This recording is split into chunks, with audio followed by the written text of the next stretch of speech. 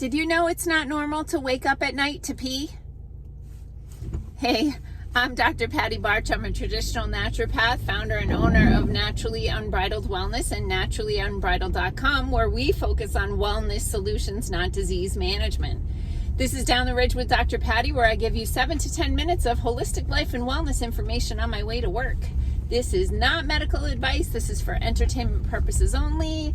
Whoever you put in charge of you, that's who you listen to. Okay. Before I talk about waking up at night to pee, I have a funny story to share. So about a month ago, I went and got a facial, and there's kind of different types of facials that you can get. And so some are just super relaxing and, pampering and luxurious. And I mean, they all should have that to some degree, but there's a part of a facial, if you're getting a good facial, where they're kind of excavating, right? They're getting in there and they're digging out stuff that's stuck in your face, and that part can be a little uncomfortable. And then immediately after the facial, there's often a little bit of redness and like a little inflammation from the work that they did, but then your skin is better off in the long run. So, but I've not been regularly getting facials, but I just decided, because I'm starting to get this little waddle thing, like that I want to start getting facials. So last month I went and got a facial, and when I came home, my husband was out in the yard, and I parked in the driveway, and he came up and he was talking to me. And now I had gotten like the old lady facial, right? So she gets in there and she digs around and gets all the things out. But then she puts on the like super goop for the old lady skin to like super moisturize, hydrate, all the things. And so I'm like a little puffy, a little red, no makeup on, and glossy, right? So my husband comes up to the car. I get out of the car. I'm talking to him for about 10, 15 seconds, and he goes, "What happened to your face?" And I'm like, "Oh, I just had a facial." And he went, "Oh, looks good."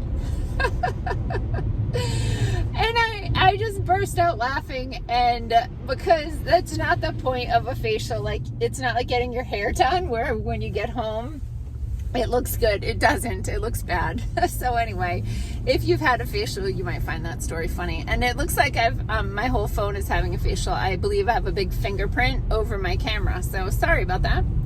But anyway, I did want to talk to you about waking up at night to pee, because for some reason, if it becomes normal for people to do that, they think that it is normal, and it isn't. Even if you're having something to drink, hydrating, cup of herbal tea, water, whatever, right before bed, you should be able to sleep through the night almost every night. Every once in a while, you might have to get up, but you routinely have to get up once, twice, 3 times. That ain't right. Oh, by the way, we got a crap ton of snow last night. It completely caught me off guard, but no clue that it was coming. So what can cause people to have to wake up to pee during the night? So when I always ask people about sleep when I'm doing consultations, because if you're not sleeping, you're not healing. So I always ask about sleep and how many times a night people wake up, and I'll dig deeper, because if they say, "Oh, I usually wake up about once a night, and use the bathroom," I'm like, okay, are you waking up and using the bathroom because you're awake, or is your bladder waking you up? Because that's gonna matter. Like, sometimes I get it. Like, sometimes people, if they wake up for another reason in the night, maybe the pets or a child, a family member, or you just wake up, you figure, well, I may as well pee so that my bladder doesn't wake me up later, because I'm already awake now and I want to sleep if I can. Okay, fine. But if you tell me that you wake up every night to pee routinely 1, 2, 3 times, there's a problem. And the problem is likely with either adrenal glands, kidney, bladder, minerals, those sorts of things. And then people will do things like, "Well, I just stopped drinking at like 6 o'clock. I'm like, okay, so you're intentionally dehydrating yourself so that you don't wake up to pee, but that means not only do you go the 7-8 hours a night without drinking water because you're asleep, but you're adding then another like 3-4 hours on top of that, you're going half the day with no hydration, and that's not good. So the number one thing that I have found that has helped tons of people to balance the water in their body so that their body is using water better is this combination of remedies that you add to your water and drink it. Now, we've talked about water a lot and how important water is. You're 70 to 80% water. But I always will use the expression that some people are like dried out house plants, where the water goes in the top and just runs out the bottom, right? So I'm like, think of a dried out house plant. It's like all wilted laying down in the pot. Does that plant need water? Desperately. But when you pour the water in, it just runs out the bottom. It can't access it. So what you have to do is you've got to get that soil hydrated so that it can hold on to the water, and then the plant can access the water and the leaves stand back up.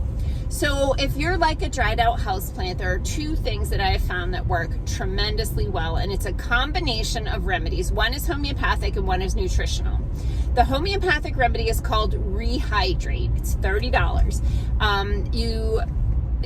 It's a little liquid bottle, and you just squeeze the eyedropper, and there's about an inch in the eyedropper, and you put an inch, I call it a squirt, into 2 water bottles. So I like to say 20 to 32 ounces.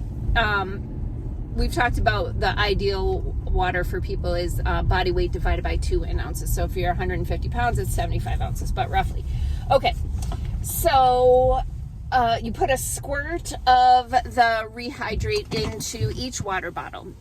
And then you add a squirt of Spectralite, which it has 72 ionically charged trace minerals in solution. These are the spark plugs for electrical conductivity in the body. These are the electronic card keys that open and close the cell membrane so that hydration and nutrition can come in and toxins can come out. And so that comes in a bottle that's twice the size of the Rehydrate. It's $45.25 if memory serves.